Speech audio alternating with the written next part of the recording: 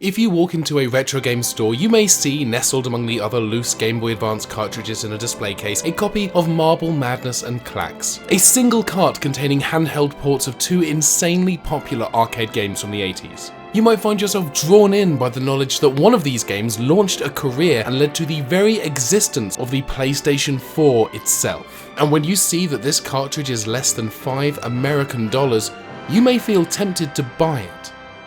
Do not buy it.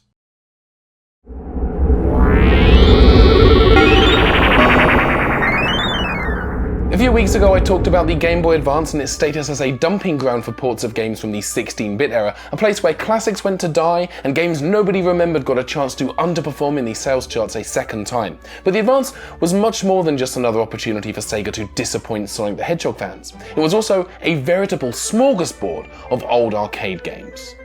Game Boy Advance ports of old arcade games made frequent appearances on store shelves in the noughties. Yes, I'm calling them the noughties, it's quicker, deal with it. Often these classics would be collected into, well, collections, sometimes themed around a particular company or franchise, other times just sort of slapped together onto a cartridge for the sake of it. Of course, handheld ports of arcade games are nothing new. The original Game Boy played host to dozens of arcade titles including Paperboy, Pac-Man, which actually got a second nicer port for the Game Boy Color, and Space Invaders, which, by the way, actually has an entirely separate Super Nintendo port tucked away on the cartridge and accessible only via a Super Game Boy. That could have been its own episode right there, but no. No, just threw it away. Threw it away. While standalone ports were very much the thing in the 80s and early 90s, compilations of classic games started to become the norm as we crept closer to the noughties, which makes sense. Why press one CD-ROM containing one port of one arcade game when you can slap a bunch of them onto a single release? Publishers spend less printing the discs, and games that might not be such big earners, such as Tubin, get bundled with games like Smash TV and Rampage, which are more likely to draw an audience. Plus, customers feel like they're getting more bang for their buck. Everybody wins. That thinking carried over to handheld ports, and with the Game Boy Advance being more or less the only game in town in the noughties for handheld enthusiasts, nobody cares about you, Neo Geo Pocket Color! A slew of classic games found their way onto the Advance as part of one of these compilation packs. Pac-Man set a strong example, taking 4 Pac-Man games and putting them out for the same price that Nintendo would later expect people to pay for a squished re-release of the NES version, while publishers DSi Games licensed a ton of Midway titles and set about cramming seemingly disparate games together into ill-defined compilations with little or no thought into which games went where. Spy Hunter and Super Sprint at least make some sense thematically, and even Paperboy and Rampage share the vague theme of gratuitous property damage, but the only thing linking Centipede, Breakout, and Warlords is that they're all games that happen to have been made by Atari. The oddest pairing of the lot, however, is Clax and Marble Madness, two great tastes that taste baffling together, released onto a single cartridge in defiance of God herself. Clax is yet another port of the 1989 arcade game by Atari where you said, and fair play to the developers, this port isn't actually terrible. I mean, it's not a great game, I'm not a fan, but as ports go, this one is fine. It's okay. It's an okay port of a gently baffling stackable brick game, and if you were a Clax aficionado circa 2005 who wanted to play this game on the toilet, this was probably the best option available to you. The real problem with this compilation lies with Marble Madness. Marble Madness originally hit arcades in 1983 and uses a trackball rather than a joystick to move the ball around the screen and into the exit before the timer runs out. It was designed by Mark Cerny, seen here. Actually, there are a lot of photos of him holding a PlayStation 4 controller. Why is that? Let me just Google this, and holy shit, he was the lead architect for the PlayStation 4? And the PlayStation Vita? Yeah, no, nobody cares about that, but the PS4, the guy who made Marble Madness was... Alright then. Cerny was 18 years old when he designed Marble Madness, which took arcades by storm, right up until people realised the game only had 6 levels and invariably moved on to something with a little more meat on its bones. In fact, in arcades where Atari tracked the popularity and success of the game, Marble Madness consistently fell from players' good graces after exactly 6 weeks, presumably because players would master it finish it, then never ever touch it again. This is because Atari were experiencing a bit of a financial wobble at the time, and so pushed to have the game manufactured before Cerny could design and implement more levels. Still, the game was popular enough that it got ported to a number of home systems, all with varying degrees of arcade accuracy, but specific praise was aimed at the Sega Genesis port for being the most faithful, while the Amiga version was hailed as superior even to the arcade original, despite its lack of blue balls. No, sorry, please do go on.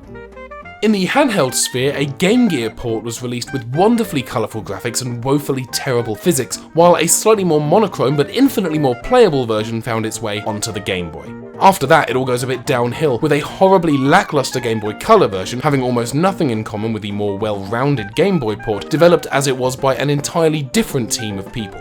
Though apparently not by a team of people who, had actually played Marble Madness. This isn't a Game Boy Color.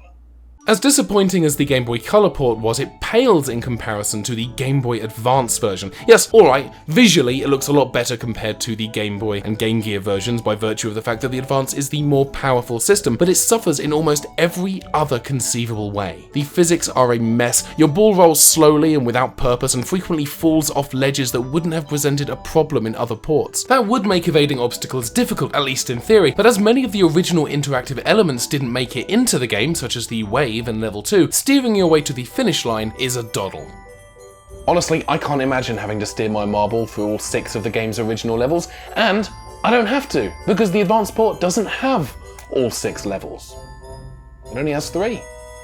That's right, the Game Boy Advance port is missing a full 50% of the game. Once you finish the game's 3rd level, it just shows you your score, then throws up a game over message and unceremoniously dumps you back to the game's title screen. The data for those missing levels isn't even on the cartridge, the game just comes to an abrupt stop. The original Marble Madness is often criticised for its short length, but it still has its fans, people who love this game despite how quickly a seasoned player can plow through it. The Advanced version, meanwhile, it's not good. It's a sloppy, unfinished mess of a port. It's barely Marble Madness, and Marble Madness was only just Marble Madness itself to begin with. So what happened? Who dropped the ball, as it were? Well, according to my sources, people who worked on the game but who wish to remain anonymous, and if I were giving hot tips like this to my show, I'd probably do the same. The company who developed this port, Frame Studios Interactive, were only given 2 months to finish both this and Paperboy and Rampage, which was similarly not good, plagued with poor controls and design choices that put them at odds with the source material. Paperboy suffers from terrible sound and dodgy controls, while Rampage feels wrong on just about every conceivable level, but Marble Madness suffered the most due to that time crunch, losing a full half of the game, and it's not Frame Studios' fault. They did the best they could with the time allotted, and my source says they were actually quite pleased with how Clax came out, but releases like this are why port is seen as a dirty word by some, and it's hard not to feel like the entire thing was an elaborate con pulled by a publisher preying on the nostalgia of people who maybe don't know any better.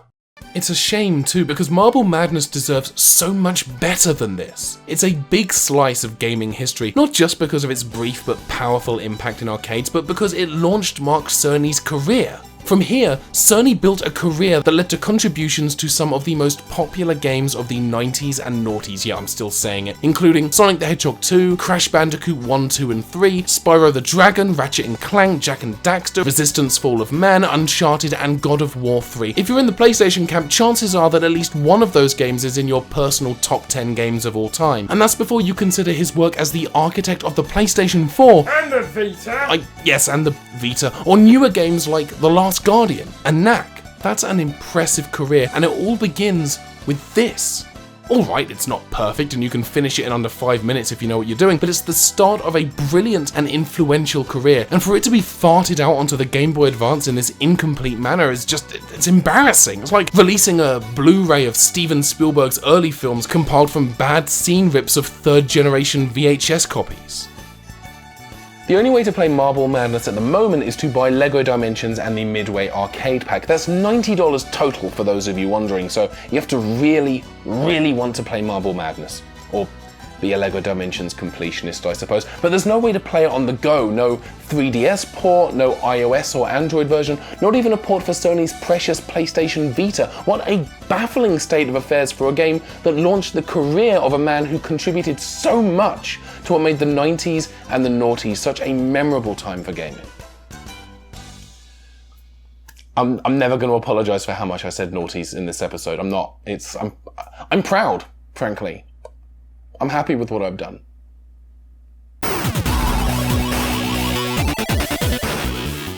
There we are. A little reminder that PortsCenter isn't always about good ports. Sometimes it's about really bad ones. We'll be back again with that Mega Man episode, because of course we will, and then we'll be looking at Final Fantasy VI and how Final Fantasy has transitioned across platforms over the years. And then something else after that, why not? Until then, don't forget to subscribe to the channel.